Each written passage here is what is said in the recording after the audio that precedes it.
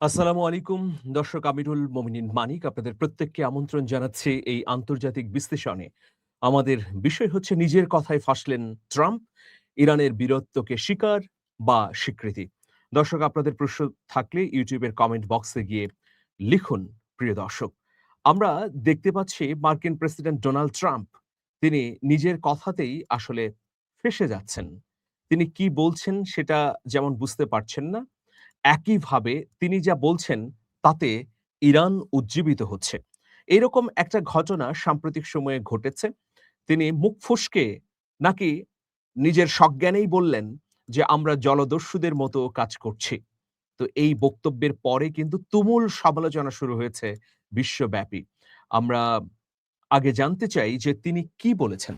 Donald Trump বললেন যে, মার্কিন যুক্তরাষ্ট্রের নৌবাহিনী যেভাবে ইরানের একটি জাহাজকে জব্দ করেছে, তা ঠিক জলদস্যুদের মতো।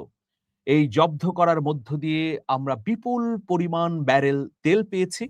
আর এটি অত্যন্ত লাভজনক।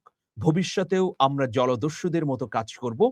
আমরা এর মধ্য দিয়ে ইরানের মেরুদণ্ডকে ভেঙে দেব। তো ট্রাম্প নিজের দেশের নৌবাহিনীকে জলদস্যুর সঙ্গে তুলনা করলেন। এটা কত বড় ধৃষ্টতা!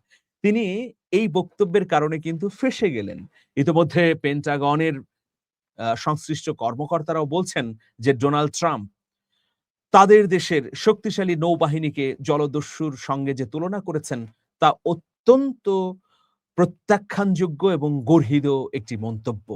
তো ডোনাল্ড ট্রাম্প এই মন্তব্য করে শুধু থেমে থাকেননি, তিনি এটিও বলতে চেয়েছেন যে, "হ্যাঁ, আমরা জলদস্যুই। আমরা জলদস্যুর মতোই ইরানের সব জাহাজ দখল করব এবং প্রত্যেকবার জাহাজ দখল করে আমরা তেল অপহরণ করব। আর এইসব তেলের মাধ্যমে আমাদের অর্থনীতি সচল হবে।" তার মানে দর্শক, আপনারা দেখতেই পাচ্ছেন যে ডোনাল্ড ট্রাম্প নিজের কথায় কিভাবে ফেঁসে যাচ্ছেন। নিজে যে গর্হিত অপরাধ করেছেন এই হরমুজ প্রণালীতে অবরোধ দিয়ে, পাশাপাশি ইরানের জাহাজকে আটক করে, তা তার এই বক্তব্যের মধ্য দিয়ে স্পষ্টভাবে প্রকাশিত হলো। ইরানের পক্ষ থেকে ইরানের পররাষ্ট্রমন্ত্রী আব্বাস আরাকচি বলেছেন যে ডোনাল্ড ট্রাম্পের এই বক্তব্যের পরে আর কোনো কিছুই বলার প্রয়োজন নেই। মার্কিন প্রেসিডেন্ট সত্যিকার অর্থেই যে ইরানের উপর আগ্রাসন চালাচ্ছেন, অনেকটা ডাকাতের মতো কাজ করছেন বা অপহরণকারীর মতো কাজ করছেন, তা তো তার বক্তব্যের মধ্য দিয়েই স্পষ্ট হয়েছে। তিনি আসলে যুদ্ধ করতে হরমুজ প্রণালীতে আসেননি, বরং জলদস্যুতা বা ডাকাতের ভূমিকায় অবতীর্ণ হয়েছেন। তো সুতরাং বিশ্ববাসীকে এটা জানা উচিত যে মার্কিন যুক্তরাষ্ট্র এখন আর যুদ্ধের নৈতিকতার মধ্যে নেই, বরং তারা চৌর্যবৃত্তি এবং অপহরণের মধ্যে নিজেদের বাহিনীকে নিয়োজিত করে রেখেছে। কতটা ন্যাক্কারজনক এই মন্তব্য ডোনাল্ড ট্রাম্পের। তো যাই হোক, অন্যদিকে আমরা দেখতে পাচ্ছি যে মার্কিন যুক্তরাষ্ট্রের একজন ঊর্ধ্বতন কর্মকর্তা তিনি ইরানের সক্ষমতাকে অকপটে স্বীকার করেছেন। তিনি দুদিন আগে বলেছেন যে ইরান যেভাবে সক্ষমতা দেখিয়েছে যুদ্ধক্ষেত্রে, তা অবিস্মরণীয়। সাবেক ন্যাটো কমান্ডার ওয়েসলি ক্লার্ক বলেন, "ইরানের হামলায় আমরা এমন এক রাডার হারিয়েছি যেগুলোর বিকল্প খুঁজে পাওয়া খুব কঠিন।" তিনি কিন্তু অকপটেই স্বীকার করেছেন।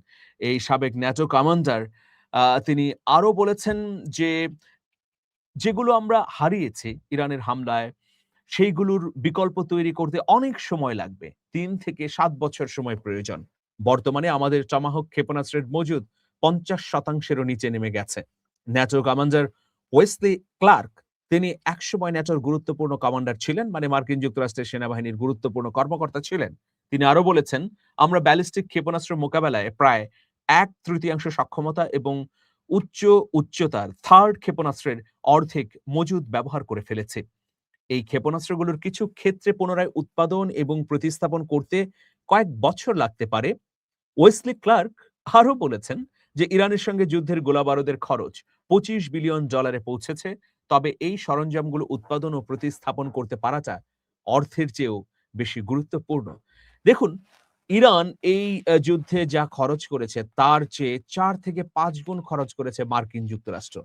ইতোমধ্যে পেন্টাগন খরচের একটি হিসাব প্রকাশ করেছে। যদিও ইরান এই হিসাবকে ধর্তব্যে নিচ্ছে না, বলছে যে এটা ফেক, লোক দেখানো। তো মার্কিন যুক্তরাষ্ট্রে প্রকাশিত সেই খরচ অনুযায়ী ৯ কোটি মানুষকে অর্থ সহায়তা দিতে পারত মার্কিন যুক্তরাষ্ট্র।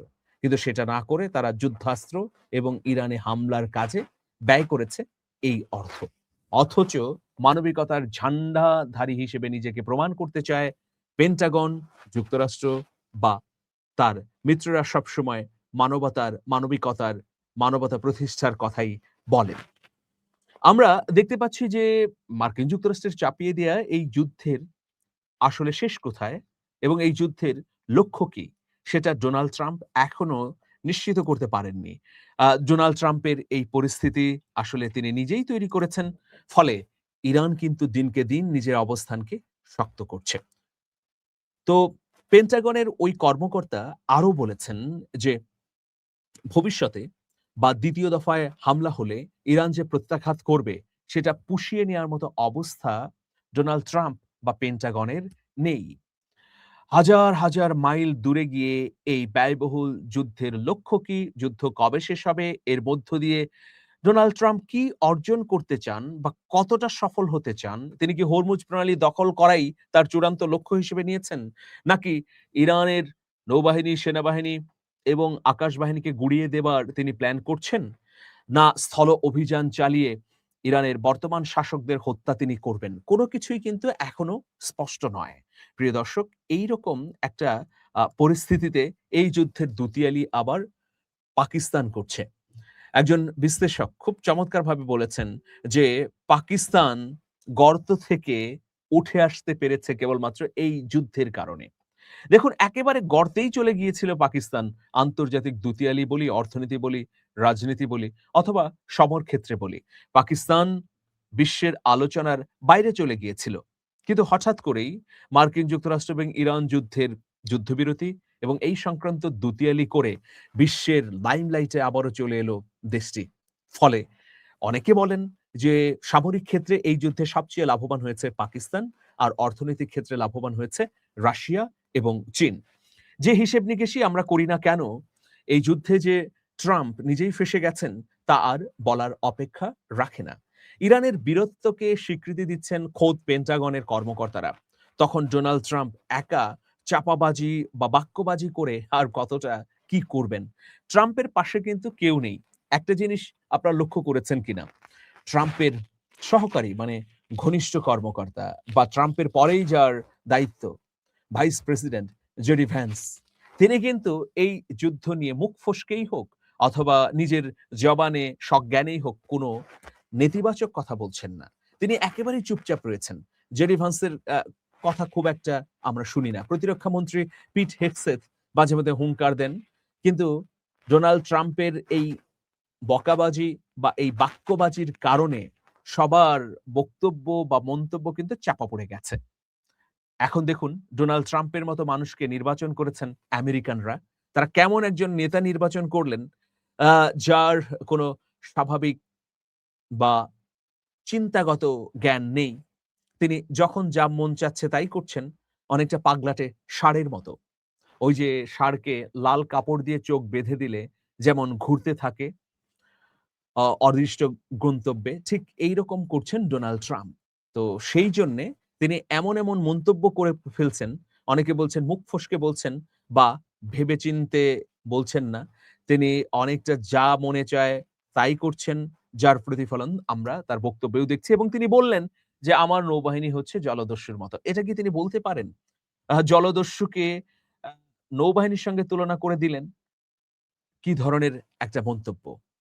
তো তিনি যখন বেফাঁস কথা বলছেন, তখন মার্কিন যুক্তরাষ্ট্রের ঊর্ধ্বতন সেনা কর্মকর্তারা কিন্তু যুদ্ধের যে পরাজয়ের করুণ অবস্থা মার্কিন যুক্তরাষ্ট্রের, সেই তথ্যগুলো ফাঁস করে দিচ্ছেন।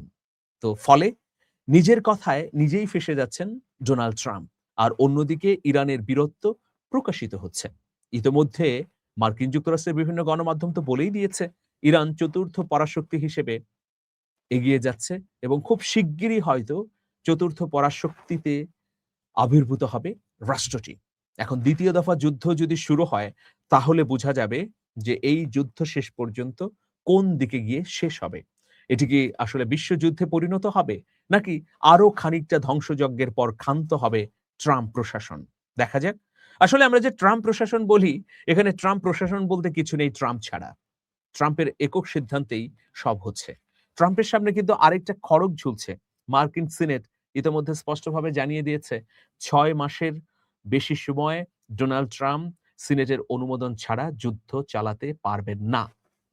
তো বেকায়দায় আছেন তিনি। এখন কি করবেন বা আরো কতটা পাগলামি করবেন, তার বীভৎস রূপ আরো কতটা পৃথিবীকে দেখাবেন, এটা সময় গেলে আমরা বুঝতে পারব। আজকে এ পর্যন্তই।